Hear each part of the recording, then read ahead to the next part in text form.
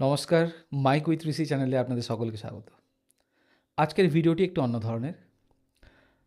আপনারা সকলেই জানেন হয়তো যে নতুন এই চ্যানেলটি ক্রিয়েট করা হয়েছে এবং প্রথম এপিসোড পডকাস্ট দিয়ে শুরু হওয়ার কথা ছিল।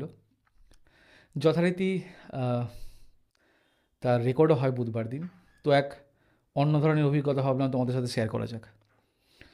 তো বিষয়টি হয়েছে কি, বুধবার দিন আমাদের পডকাস্ট তো রেকর্ড হয়।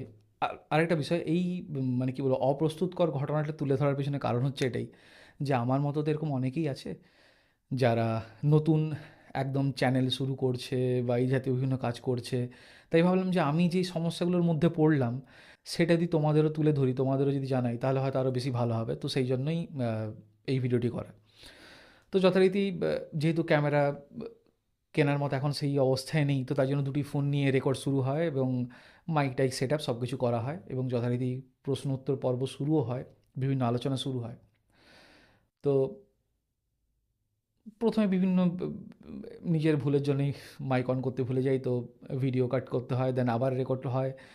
তারপর বিভিন্ন রকম সমস্যার সৃষ্টি হয়, কিন্তু সবথেকে বড় যে সমস্যার সৃষ্টি হয় সেটা হচ্ছে এটাই যে তারপরে প্রথম দু তিনটে টেক একটু প্রবলেম হয়, তারপরে একদম ফাইনাল টেক নিয়ে শুরু হয় এবং শুরু হওয়ার পর 42 মিনিটস পুরো ভিডিওটি শ্যুট হয়। খুব আনন্দ উঠলাম যে ভিডিও শ্যুট হয়ে গেছে, কোনো ব্যাপার নেই, একদম ভালোভাবে হয়ে গেছে সব কিছু। তারপরেই যখন উঠে দেখি যে দুটি ফোনের মধ্যে একটি ফোন যেটি আমার দিকে মুখ করেছিল, যে ক্যামেরাটা ফোনের, আর আরেকটি ফোন হচ্ছে গেস্টের দিকে। তো আমার ভিডিও অলরেডি বন্ধ হয়ে গেছে। তো আমার তো মাথা খারাপ দেখে যে কী হলো।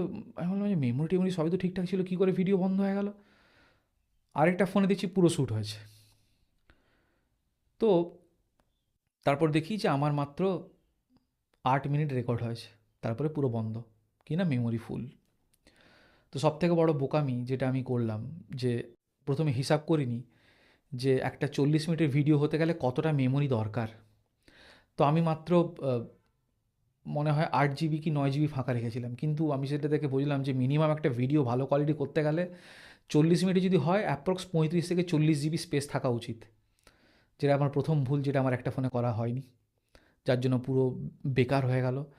গেস্টকেও বললাম যে এরকম একটা ঘটনা হয়ে গেছে, তো দাদা আরেকবার রেকর্ড করতে হবে। মানে যাই হোক, পরিচিত ছিল বলে, এটা যদি অন্য কোনো হতো তাহলে কতটা খারাপ ব্যাপার হতো।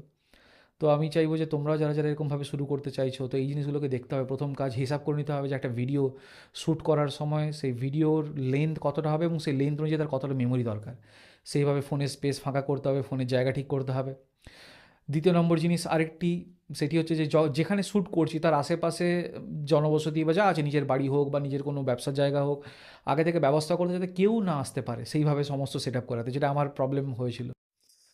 এবং এই সব কিছু হওয়ার পর খারাপও লাগলো যে করতে পারলাম না যেটা আপলোড করার কথা ছিল এই সপ্তাহের মধ্যে। কিন্তু আরেকটা জিনিস এখান থেকে শিক্ষা পেলাম, যে এইগুলো তোমাদের তো বললামই। দ্বিতীয় একটা বিষয় কী হলো, একটা আমার রিহার্সেলও হয়ে গেল। মানে এই যে প্রথম যে একটা পডকাস্ট হচ্ছিল, জিজ্ঞেস করছিলাম একটু, মাঝে মধ্যে একটু নিজে একটু অপ্রস্তুতের মধ্যে পড়েছিলাম, একটু ভয় লাগছিল, এই জিনিসগুলো কিন্তু প্রথম ভিডিও শ্যুটের মধ্যে কেটে গেল। আশা করি সেকেন্ড আমাদের আবার শ্যুট আছে, তো আমি বলছি না কবে আছে, বলবো না, হোক সব কিছু, তারপরেই সব দেখতে পাবে তোমরা। তো সেখানে আশা করি এই সমস্যাগুলো সৃষ্টি আর হবে না। তো এই বিষয়গুলি আমাদেরকে একটু মাথায় রাখতে হবে যে যখনই আমরা করছি সেট আপ। এবং আরেকটা জিনিস যেটা আমাকে ওই গেস্টও বললো, যেটা আমারও মাথায় প্রথমে ছিল কিন্তু কিছু করার নেই, বললো যে এই দেখো, তুমি যে করছো রেকর্ড বা কিছু, একজন কাউকে রাখা উচিত ওখানে, যে দাঁড়িয়ে দেখবে যে ক্যামেরাগুলো চলছে কি না, ঠিকঠাকভাবে শ্যুট হচ্ছে কি না। আমি বললাম হ্যাঁ এটা ঠিকই, কিন্তু কাকে রাখবো, আমি তো একা মানুষ, একাই সব কিছু করছি। তো এটা একটা জিনিস যে যখন এইসব কিছু করা হচ্ছে, একজন কাউকে দরকার যে পুরোটা দেখবে যে ঠিক করে দুটো ফোনে রেকর্ড হচ্ছে, তো কোনো ফোন মাঝে থেমে যায়নি তো। তাহলে কী হলো, থেমে গেলে আমরা তাহলে আবার শ্যুট করতে পারবো না। নাহলে কী হলো, ওই যে আমার ঘটনা, 40 মিনিট ধরে রেকর্ড করার পর জানিই না কখন 8 মিনিটে বন্ধ হয়ে গেছে। তাহলে ওটা যদি জানতাম, তাহলে আবার মেমোরি ফাঁকা করে আবার সেকেন্ড টেক নিতাম, তারপরে ওটাকে এডিটিংয়ে সব ব্যবস্থা করে নিতে পারতাম। তো যাই হোক, এই সমস্ত অভিজ্ঞতা হলো প্রথম ভিডিওতে। তাই ভাবলাম তোমাদের একটু এসে বলি, কারণ আমি অনেকেই বলেছিলাম যে আমার তো খুব বেশি সাবস্ক্রাইবার নেই, একদম কমই, 50-60 জন মতো আছে। কিন্তু 60 জন মানুষই যারা যারা ছিল আমার কাছের, তাদেরকে বলেছিলাম যে আসছে এপিসোড, আসছে এপিসোড, কিন্তু যে এলো না। তো আমার মনে হলো যে এটা সবাইকে জানানো দরকার। যাই হোক, সঙ্গে থেকো, ভালো থেকো, সাবস্ক্রাইব করো, ফলো করো, যাতে আরও ভালো কিছু করতে পারি। দেখা হচ্ছে পরের ভিডিও।